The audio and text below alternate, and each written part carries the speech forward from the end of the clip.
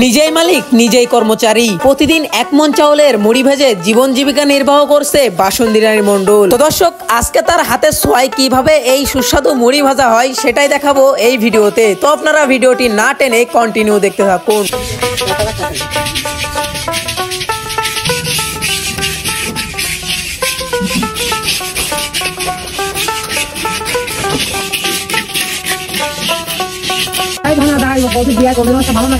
দিয়ে যা এটা